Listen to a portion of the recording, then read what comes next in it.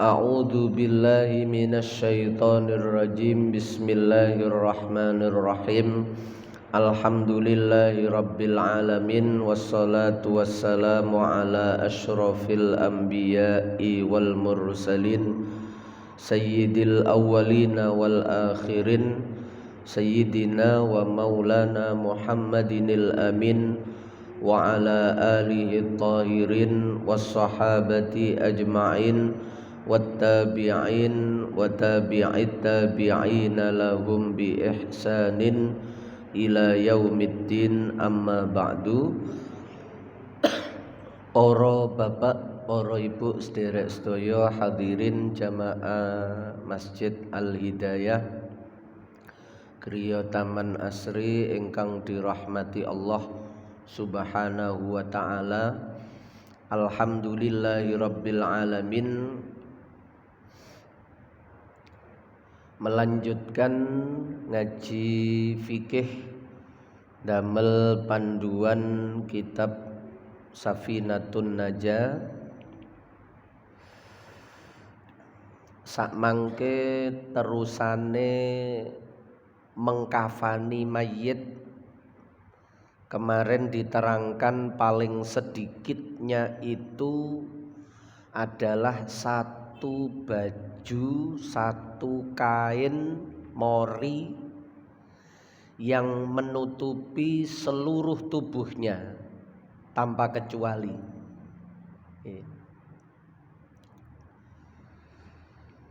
Disunnahkan berwarna putih niku sunnah. Selain putih niku makruh. Makruh niku umpama sing mati wasiat mboten usah dilaksanakno, mboten napa-napa. Sebab la tasikhul al wasiyah bil makruh. Wasiat niku ndak sah dengan suatu hal yang dimakruhkan. Ditinggal mboten napa-napa.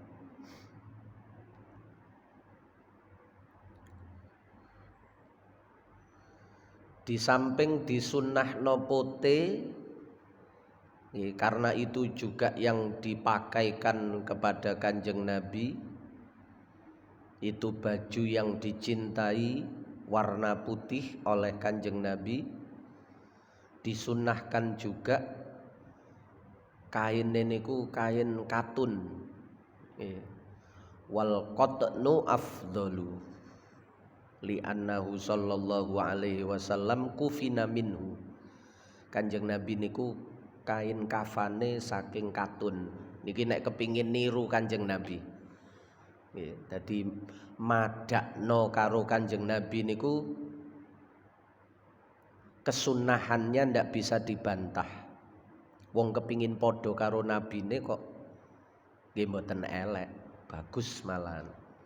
Tapi bukan berarti yang lain itu tidak boleh, nggih. Mulane bahasane niku sunnah, mboten wajib. Niku kudu difahami supaya engko eker-ekeran ternyata niku sekedar sunnah. Nggih. Padahal eker-ekeran tukaran niku haram. Tukaran perkara sing sunnah, tukarane haram. Bahan sing digawe tukaran perkara sunnah mboten imbang. Nah niku kudu difahami supaya mboten keliru. Sunnah diwara wajib.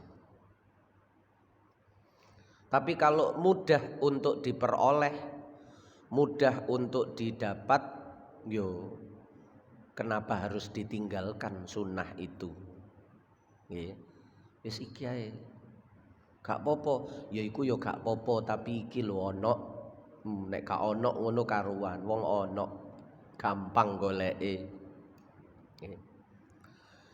Terus kemarin dikatakan satu baju itu ketika kafannya itu bukan dari hartanya sendiri. Mulane sak mangke niki mboten enten. Mayit dikafani gawe kain siji niki mboten enten. Karena kain niku melimpah. Nggih. Kalau dulu kain itu menjadi sesuatu yang mewah, sulit didapat. Durung enten industri kain niku nggih ditenun. Ditenun itu mahal. Mahal. Kecuali di tempat yang dekat dengan lingkungan tenun. Semakin jauh semakin mahal karena ada ongkos transport dan lain-lain. Mulane paling sedikit satu baju itu ngonten. Kalau uangnya sendiri atau harganya murah seperti sekarang niki, kain niku gampang. Wong siji kadang bajune kaine niku pirang-pirang lemari. Kalau dulu satu orang itu satu baju.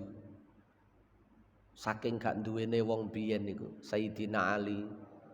Dadi nek bajune dijemur wonge nggih nang jero omah. Menunggu bajunya kering baru bisa keluar. Karena ndak ada baju lagi, satu-satunya yang dikenakan itu kalau dijemur, dicuci, dia bersembunyi diam di rumah, nek wis garing baru iso metu. Biyen niku ngonten. Kalau miliknya sendiri yo minimal nggih 3 lapis nggih. Seperti sekarang niku mudin niku rata-rata nggih sedaya mesti 3 lapis, mboten enten sing setunggal. Nggih karena sudah mudah. Wal mu'tamad wujubu salasi lafaifa zakaron kana au unsa idza kufina min malihi. Wonten nek diambil dari hartanya sendiri atau mudah didapat, biyen dikasih minimal satu itu nggih karena sulit itu. Sulit betul zaman dulu niku nggih. Enak-enak niku nggih mantun enten revolusi industri niku, kehidupan penduduk bumi niku semakin makmur niku enten mesin-mesin niku sembarang dingan niku. Sebelum ada mesin angkutan napa mawon gawe hewan, kuda, unta niku nggih semuanya serba sulit. Hanya orang-orang tertentu saja yang kaya. Pun sekarang wa akmaluhu utawi luweh sempurnane ngafani, yang lebih sempurna lirrajuli kedue wong lanang, mayitnya itu laki-laki meskipun anak kecil yang belum balik, yang paling sempurna niki berarti sunai. Iku salah sulafa ifa, telu piro-piro lapis laki-laki. Biasa kalau dulu kaine niku nggih saged diputer-puter ping 3 ngoten. Kalau sekarang karena lebar kain itu 110 nggih. Akhirnya nggih nek diputer mboten cukup. Diambil sisi panjangnya bisa diukur sesuai dengan tingginya mayit, dikasih lebih untuk mengikat poconge niku, pojok ndukur pojok nisor niku, kemudian dilapiskan. Nah dilapiskan niku sing menjadi 3 niku, 1 terus separuh niku 2, mayite didekek tengah-tengah double niku, kanan ditutup, kiri ditutup, terus ndukur ditutup dari atas, dilipat ke bawah, taline wis disiapno paling nisor. Nah niku sehingga menjadi 3 lapis versi sekarang. Asline nggih mboten 3 lapis penuh niku. Karena masih ada potongan-potongan yang hanya 2 lapis saja. Numpuk nangone badane mayit niku hanya 2 lapis. Tapi ngonten niku wis mboten napa-napa. Sudah bisa dikatakan 3 helai kain. Karena model kainnya sak mangke ngonten. Lebarnya cuma 110. Dadi nek dibulet nonduk mayit napa malih mayite awake gede. Niki sekedar kesempurnaan. Yang pakem wajib niku tidak boleh ada satu anggota tubuh pun, baik niku kaki, jentike, jempole, rambute, jari-jari tangan yang nampak dari luar niku dikafani niku gak ketok kabeh. Dadi wong niku nek mati aurate niku justru seluruh tubuh. Itu pertanda bahwa orang itu kalau sudah meninggal sudah selesai, jangan dibahas lagi keburukannya. Sekecil apapun itu. Nih, orang yang sudah meninggal jangan lagi dibahas keburukannya. Nih. Nek bahas apike mawon. Itu isyarat ditutup rapat semua tubuhnya mayit.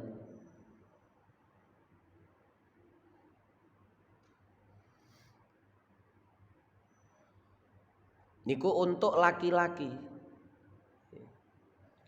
Kalau untuk perempuan, walil mar'ati lan paling sempurnane ngafani kedue mayit wadon iku komisun gamis. Gamis niku biasane nek wak mudin niku dibolongi bunder tengahe, nggih. Dadi diukur panjang niki perempuan. Diukur panjangnya badan mulai teko pundak sampai tutuk paha mendekati lutut.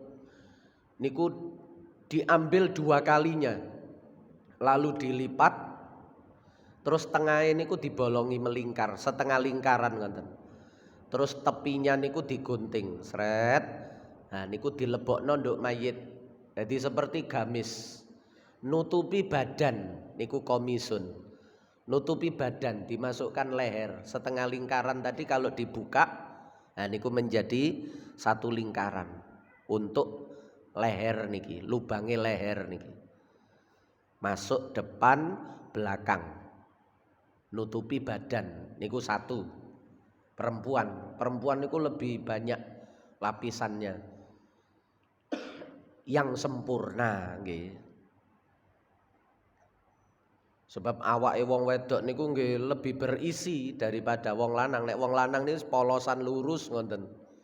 Nek wong wedok niku munggah mudhun awake niku. Nggih, nah niku kudu rapet terus kudu tebel lapisane niku. Jangan sampai engko ngecap, nggih. Sebab mayit niki wis gak gawe napa-napa, wis gak gawe daleman malih pisan. Nggih.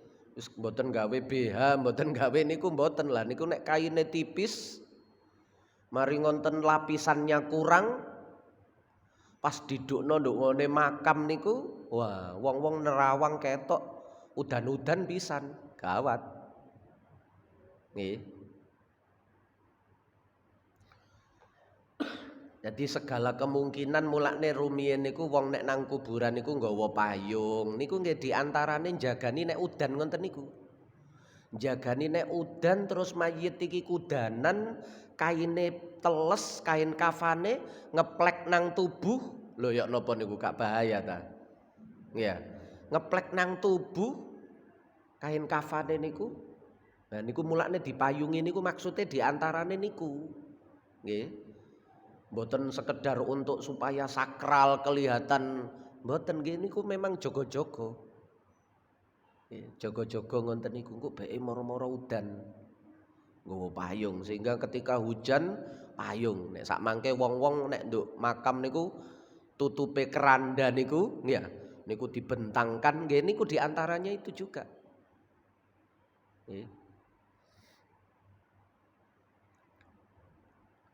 Lebih lengkap lah nek wong Jawa niku lebih lengkap.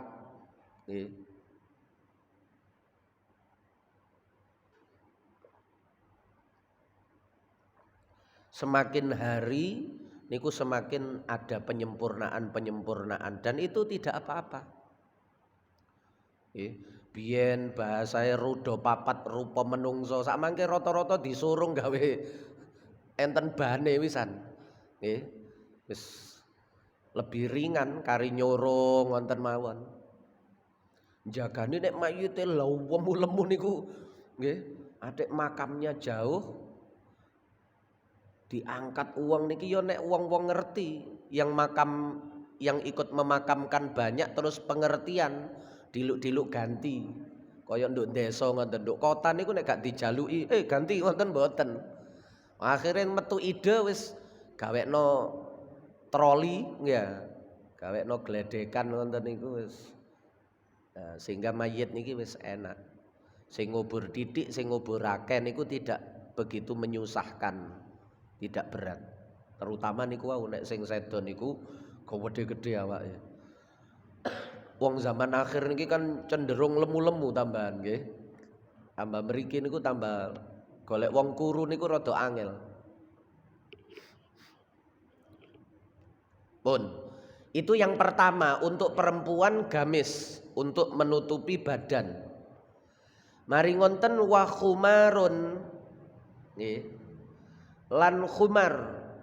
Enten sing maca khimar juga tapi nggawe kha niki ana titike. Nggih. Yaitu penutup kepala, kerudung. Nggih. Kepalae niki ditutupi. Nutupi rambute niki lho. Nah niku. Itu yang kedua. Saubun tughatti bihil mar'atu ra'saha.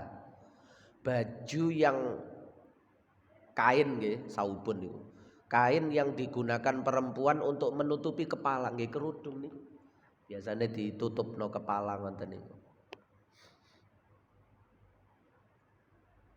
Khimarun gawe kha enten titike. Mislu kitabin wa kutubun. Nah niku bener khimarun mboten khumar. Nek khimar hewan niku hak. Nek niki kha.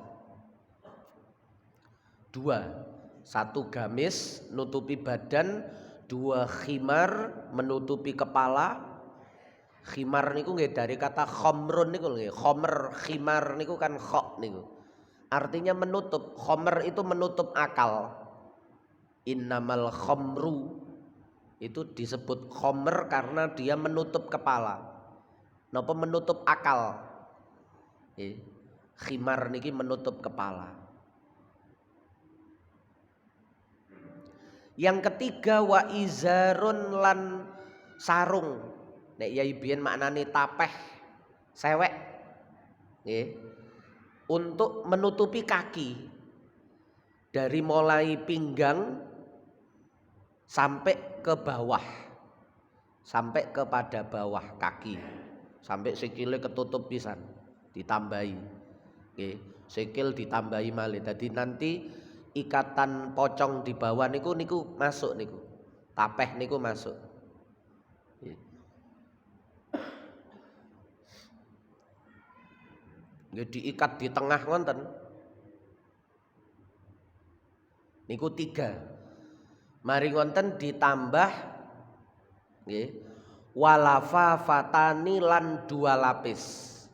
Yang terakhir lapisan terluar dari atas sampai bawah 2. 1 2. Niku untuk perempuan sempurnanya begitu sehingga lebih kuat, lebih menutupi karena ada lapis-lapis beberapa tadi. Di samping niku seperti yang dilakukan ketika Kanjeng Nabi putrinya niku sedo. Dalam riwayat satu Sayyidah Zainab, dalam riwayat yang lain Sayyidah Ummi Kulsum, putrinya Rasulullah. Bisa jadi dua-duanya. Zainab sedo nggih ngonten, Ummi Kulsum sedo, diriwayatkan juga begitu. Kanjeng Nabi ikut menuntun ibu-ibu sing iku bu ngene. Nah, iki sampean tutupno badane. Namanya gamis. Wong Arab niku kan nek ngomong qaf niku ga. Padahal huruf qaf niku nggih teko Arab. Tapi justru wong Arab dhewe niku nek ngarani ko niku ga. As-saqaf wong Arab nek ngarani as-segaf. Nggih. Jamal niku nggih gamal. Nggih, gamal. Gamal Abdun Nasir. Ngoten, gamal. Wong Arab niku aneh. Wong hurufe teko kono tapi wong kono malah nek ngucapno gak pas karo makhorijul hurufe. Dalam keseharian nek maca Qur'ane mesti bener. Nggih, nek maca Qur'ane bener tapi begitu ngomong sehari-hari qaf niku diwaca G. Nggih. Iku rata-rata wong Arab, nggih.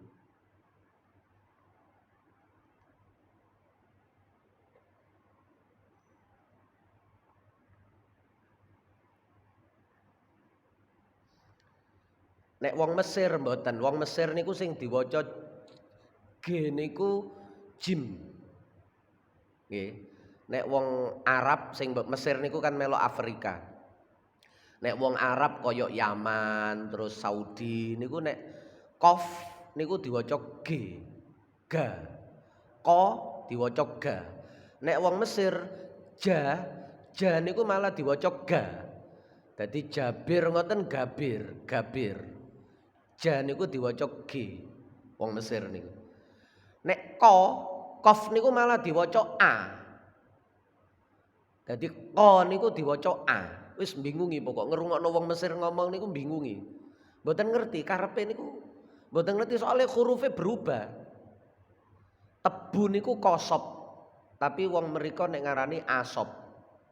Asop niku nek cara mriki ya musibah, ngenani asop. Kenek. Asop. Tapi maksudnya asop niku kosop. Kosop niku tebu. Dadi ko diwaca A, ja diwaca ga niku wong Mesir. Nek wong Arab ko diwaca ga. Nggih. Nek ja pancet, ja tetap ja. Sehingga kalau di total itu ada 5. Gamis, khimar, kepala, badan, kepala, kaki, lalu 2 lapis. Niku ada 5 lembar kain untuk perempuan. Niku sempurnanya begitu. Dan itu merujuk kepada cara Kanjeng Nabi ketika mengkafani putrinya yang sedo, yang wafat. Jadi ulama fikih niku mboten enten sing ngarang, Pak. Gawe hukum nduk kitab fikih niku walaupun gak disebutno dalile niku mboten ngarang. Mulane ngaji fikih niku siji kudu nggawa kitab, loro kitabe niki kudu nggawa sarah supaya ada penjelas-penjelas. Nggih. Cara Safina ngoten ya wis minimal niku nggawa kasifah. Nggih, sarahe Safina niku kasifah. Atau bawa kitab fikih yang lain nggih. Kados niki kula nggawa Busrol Karim, niki kula nggawa Raudhatut Thalibin, tapi mejoke gak cukup wis sing iso dibuka mawon. Nggih.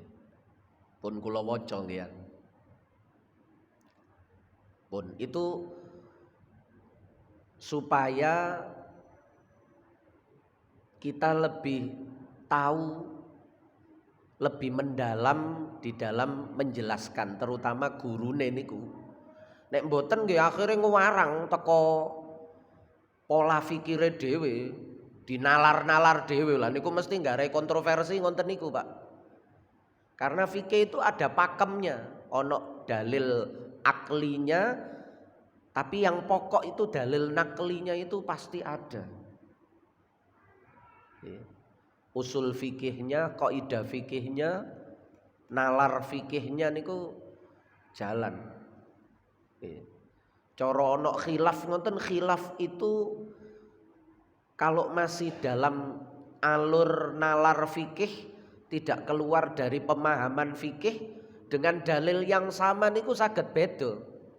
Dengan dalil yang sama, jangan dikira nek hadise padha niku pendapatnya mesti padha. Mulane terus mencetuskan kembali kepada Al-Qur'an dan hadis. Dikira ulama ket biyen niku gak cekelan Qur'an hadis ta ya apa? Ya wis ket zaman mbah-mbah biyen, sahabat biyen nggih wis ngonten. Tapi memahami Quran, memahami hadis itu juga akan menimbulkan perbedaan-perbedaan. Dan kita lebih selamat mengikuti perbedaan-perbedaan di dalam memahami Quran hadis itu melalui jalur yang sudah disepakati oleh para ulama dari zaman ke zaman, yaitu madzhabil arba'an itu.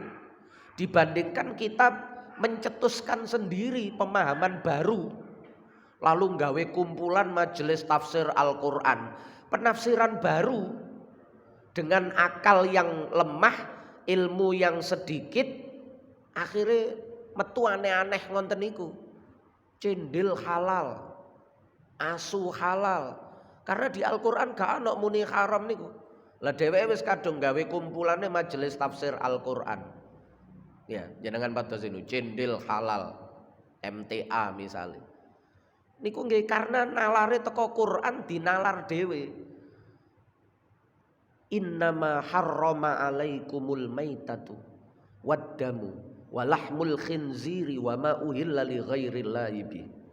Lho iku gawe innama lho. Innama itu nek didelok terjemahane napa malih tafsire gawe terjemah bisa. Nggih. Sesungguhnya Allah hanya lho niku. Terus nalare main. Allah hanya mengharamkan kepada kalian al-maitatu bangkai, waddamu darah, walahmul khinziri daging celeng, wa ma uhilla li ghairillahi bi yang disembelih bukan karena nama Allah. Endi asu gak disebutno. Endi tikus cendil gak disebutno. Nek gak disebutno berarti yo gak haram. Niku nalare cekelan Quran Pak, niku gak main-main lho, niku cekelan Quran lho niku. Tapi cekelan Quran gak melok jalure para ulama sing luwe paham dari generasi ke generasi sejak awal dulu. Nggih dadine ngonten niku cendil halal, asu halal. Karena hanya terus dia berretorika, gawe argumentasi. Kalau saya mengatakan yang hadir hanya 4, maka selain 4 itu hadir apa tidak? Tidak. Kapan jawab ngonten? Kalau Allah menyebutkan sesungguhnya Allah hanya mengharamkan, berarti selain 4 ini haram apa tidak? Tidak. Ngonten tadi modelnya ngajine model jaluk pendapat pembenaran dari jamaah sing padha bodhone. Ini akhirnya ngonten niku naudzubillah. Mulane ulama-ulama kita niku dari dulu niku sering wis ojo metu teko madzhab papat iku. Madzhab Hanafi, madzhab Maliki, madzhab Syafi'i, madzhab Hambali. Cara Indonesia nggih madzhab Syafi'i, kate belajar Hanafi ten pundi kecuali jenengan manggon do India, do Turki, do Pakistan, do Afghanistan niku Hanafi sedaya. Golek ulama sing madzhab Syafi'i malah angel. Atau jenengan madzhab Maliki kalau tinggal di Maroko, Tunisia. Niku ten mriku memang komunitasnya Maliki. Golek sing madzhab Syafi'i malah angel. Lando Indonesia, Mesir, Yaman, Syria, Palestina, dan Asia Tenggara niki Malaysia, Brunei. Niku nggih rata-rata madzhab Syafi'i sehingga ya wis mengikuti itu saja. Nggih. Ulama-ulama dulu nggih termasuk sekarang Sayyid Muhammad Mekah niku. Beliau madzhab Maliki karena memegang teguh kakek buyutnya semuanya Maliki sebab asalnya saking Fes saking Maroko mriko. Asal usulnya saking mriko terus pindah nduk Mekah. Mbah buyute niku Al-Hasani kan. Al-Hasani niku saking Maghrib. Nek Al-Husain dadi keturunane Kanjeng Nabi niku nek teko Sayyidina Hasan niku ngulon. Tapi nek teko Sayyidina Husain niku ngetan. Niku Allah nggawe Duriyahe Kanjeng Nabi tersebar niku nek Hasani niku ngulon Maghrib, nek Husaini niku ngetan.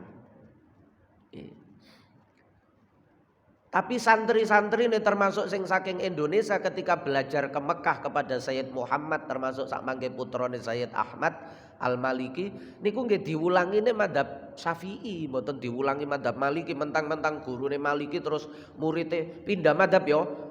Gurumu iki Maliki berarti sampeyan kabeh ya kudu melok gurune. Mboten.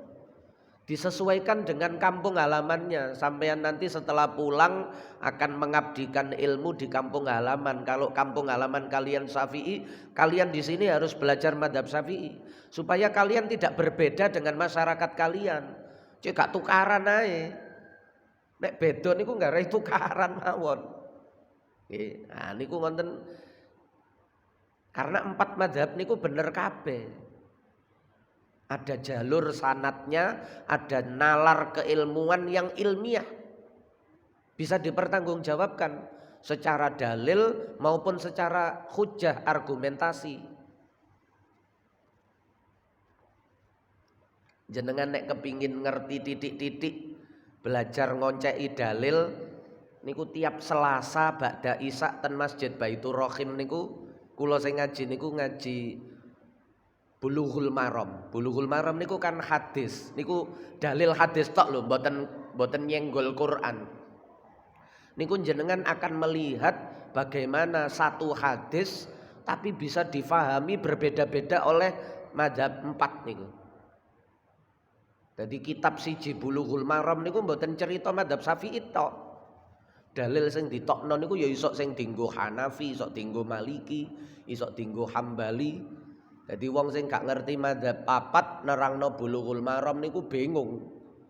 Ya apa sing bener iku jare hadis mangene. Lah kok iki berubah maneh. Wonten niku nek mboten melok pemahamane ulama dulu puyeng mesti. Sing disalahno Kanjeng Nabi, pancen Kanjeng Nabi iku plin-plan panjene. Gak konsisten. Mari ngomong ngene saiki ganti ngene. Malah wonten malah terjadi niku. Akhirnya ingkarus sunnah. Tidak mau menerima sunnah karena melihat hadis niku ternyata coraknya macam-macam, enten sing ngene, enten sing ngono. Nah niku nek kepingin puyeng. Lah nek fikih niki kan mateng. Fikih niku produk tinggal makan saja. Nah nek didudukno dalil niku dikira wong awam niku disebutno langsung dadi kesimpulan mboten. Dalil niku disebutno niku durung dadi kesimpulan nggih. Selasa niku jenengan semerap mangke. Wis ana dalile niku lho, ternyata sik dadi pembahasan. Karena ada yang memahami begini, ada yang memahami begitu. Misalnya wingi niku dibahas la wudu'a liman lam yadhkurismallahi alaihi. Tidak ada wudu bagi orang yang tidak menyebut nama Allah ketika wudu. Niku madzhab papat ternyata sepakat bahwa bismillah itu sunnah. Padahal hadisnya muni la wudu'a liman lam yadhkurismallahi alaihi. Tidak ada wudu. Hanya di luar 4 madzhab niku, yaitu kalangan Dhahiriyah yang melihat hadis dalil itu dari segi makna tekstual. La wudu'a, gak ono wudu berarti yo gak duwe wudu, gak sah. Wong sing wudune gak bismillah. Jenengan kan gak pernah duwe kefahaman wong nek gak bismillah wudune diulang, kan mboten enten. Dan 4 madzhab memang tidak begitu, padahal hadise muni la wudu'a. Ternyata niku dijawab. Oh ngene lho alasane ngene lho. Niku wingi diterangno mboten kula baleni malih ten mriki lah. Menggok teko bahasan niku sekedar contoh bahwa kitab-kitab hadis, kitab-kitab fikih itu kadang-kadang tidak menampilkan dalil itu supaya ringkas. Karena sifatnya itu untuk langsung dikonsumsi fikih niku, langsung dipraktekkan. Bukan dalam rangka mencerna, memahami, menganalisa, mempelajari ya apa asal usule kok iso metu hukum niku. Nah niku belajar usul fikih. Ngonceki dalil niki mboten, fikih niku wis tek wis dadi produk hukum. Nggih. Nah niku wonten, gak perlu ditutupno resepe. Cara masake mboten perlu, wis pokok tersaji di hadapan kita pun wis kari dimaem ngoten mawon. Sing penting cocok rasane, wareg, duweke cukup nggih kita mlebu warung niku. Enak kono murah. Wis niku, fikih niku kaya masakan nduk warung ngoten niku, kita tinggal makan mawon, gak usah takon sing duwe warung. Niki kok enak niki resepe napa, gak metu-metu seneni sing duwe warung gantian, Pak. Jok suwe-suwe kok lho nang njaba antri lunggone. Malah takon resepe. Nek takon resepe sekolah dhewe. Sekolah chef. Pun. Itu nerangkan tentang mengkafani. Sekarang ganti terkait sholat jenazah, kewajiban yang ketiga. Kan yang pertama memandikan pun dibahas, kedua mengkafani itu tadi, yang ketiga niku mensolatkan. Lah sekarang bahas sholat jenazah. Arkanu sholatil janazati, utawi piro-piro rukune sholat jenazah. Utawi piro-piro rukune sholat jenazah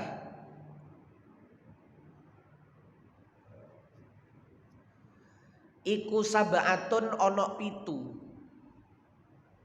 Dalam rangkaian sholat jenazah 7 hal ini harus ada.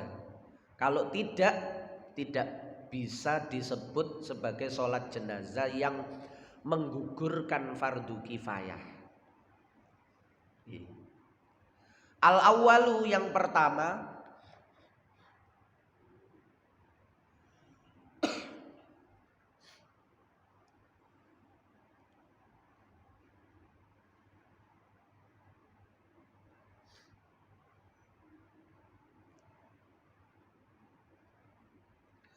iku an-niyatu niat. Niat itu mengikuti semua hal di dalam praktek ibadah.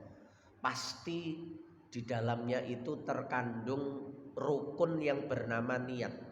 Bahkan meskipun ibadahnya itu sifatnya tarku seperti puasa. Poso niku sakjane gak lapo-lapo, yo gak moco, yo gak ada gerakan, tidak ada bacaan, tidak ada gerakan, tapi yo tetap wajib niat. Nggih, asal muasale dawuhe Kanjeng Nabi innamal a'mal niku lho. Akmal niku mencakup semua amal. Niku mulane terus para ulama memasukkan niat sebagai rukun dari semua amal. Niatnya dulu yang penting niku.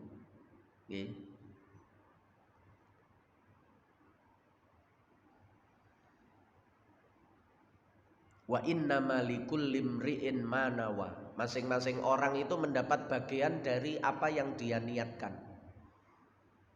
Nah niku mangke ulama niku beda. Niki kula tambahi mawon wong jenengan niki ya wis senior-senior ngajine niku. Nggih. Nek mazhab Syafi'i baik amal itu sifatnya tujuan pokok ataupun sebagai perantara. Baik niku makosid, maksud ataupun wasilah, wasail. Dua-duanya itu tetap butuh niat. Pokok jenenge amal, jenenge ibadah iku butuh niat. Karena niat itu untuk membedakan mana wajib, mana sunnah. Niat itu juga membedakan mana kebiasaan, mana ibadah. Seperti mandi. Mandi itu kadang kalau tidak ada niat yo tidak menjadi menghilangkan hadas besar. Karena hanya berlaku mandi biasa sehari-hari saja. Tanpa niat ya tidak bisa disebut menghilangkan hadas besar. Maka mandi hadas besar harus dengan niat. Padahal mandi itu tujuannya untuk sholat. Lah mandi niku wasilah. Karena miftahus sholah itu at-tahur. Gerbangnya sholat itu mandi. Tujuan akhirnya sholat. Termasuk wudu. Wudu itu untuk sholat. Lah wudu itu wasilah. Dalam mazhab Syafi'i baik wasilah maupun maksud tujuan akhir dua-duanya tetap wajib niat. Dalam mazhab Hanafi sing ujung akhirnya saja wasilah itu masih gak niat gak apa-apa. Sehingga cara mazhab Hanafi wudu niku masih gak ada niat gak apa-apa. Mandi itu walaupun gak pakai niat gak apa-apa. Nah niku ulama niku ngonten innamal a'mal niku beda-beda. Enten sing karena memahami innamal a'malu binniyat. Nek kita niki kan mahamine angin pestine sae Pak. Enten sing sempurnane amal lho niku. Amal itu tergantung niat. Amal itu dengan niat. Nek toro diterjemah kata per kata niku kan. Sesungguhnya amal itu dengan niat. Amal bin niat. Lah niku akhirnya ulama enten sing kesempurnaan amal itu dengan niat. Keabsahan amal itu dengan niat. Lah dari pemaknaan itu hadisnya podo tapi pemaknaannya berbeda, menimbulkan hukum yang berbeda. Sebab menghukumi sesuatu itu nggih bergantung kepada sudut pandang di dalam memahaminya. Kalau memahaminya kanan nggih dihukumi kanan, memahaminya kiri ya dihukumi kiri. Iki nganan apa ngiri iki gak jelas iki. Nganan. Nah, akhirnya jenengan simpulno kanan. Ngiri nggih jenengan simpulno kiri. Tapi nek wis gak iso dienggokno, lah niku baru. Pun itu yang pertama niat. Yang kedua besok wallahu a'lamu bissawab. Al-Fatihah.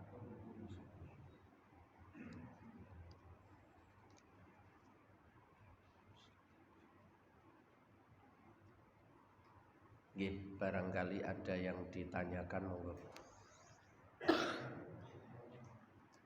Ngapunten watuk nggih.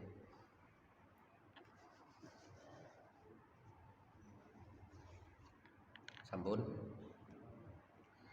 Maulaya salli wa sallim daiman abada ala habibika khairil khalqi kullihim wal habibul ladzi turja syafa'atuhu likulli haulin minal ahwali muqtakhimi ya rabbi bil mustafa balligh maqasidana waghfir lana ma madha ya wasi'al karami ya arhamar rahimin ya arhamar rahimin ya arhamar rahimin farrij 'alal muslimin. Sama-sama ditutup dengan kafaratul majelis. Subhanakallahumma wa bihamdika asyhadu an la ilaha illa anta astaghfiruka wa atubu ilaik. Wassalamualaikum warahmatullahi wabarakatuh.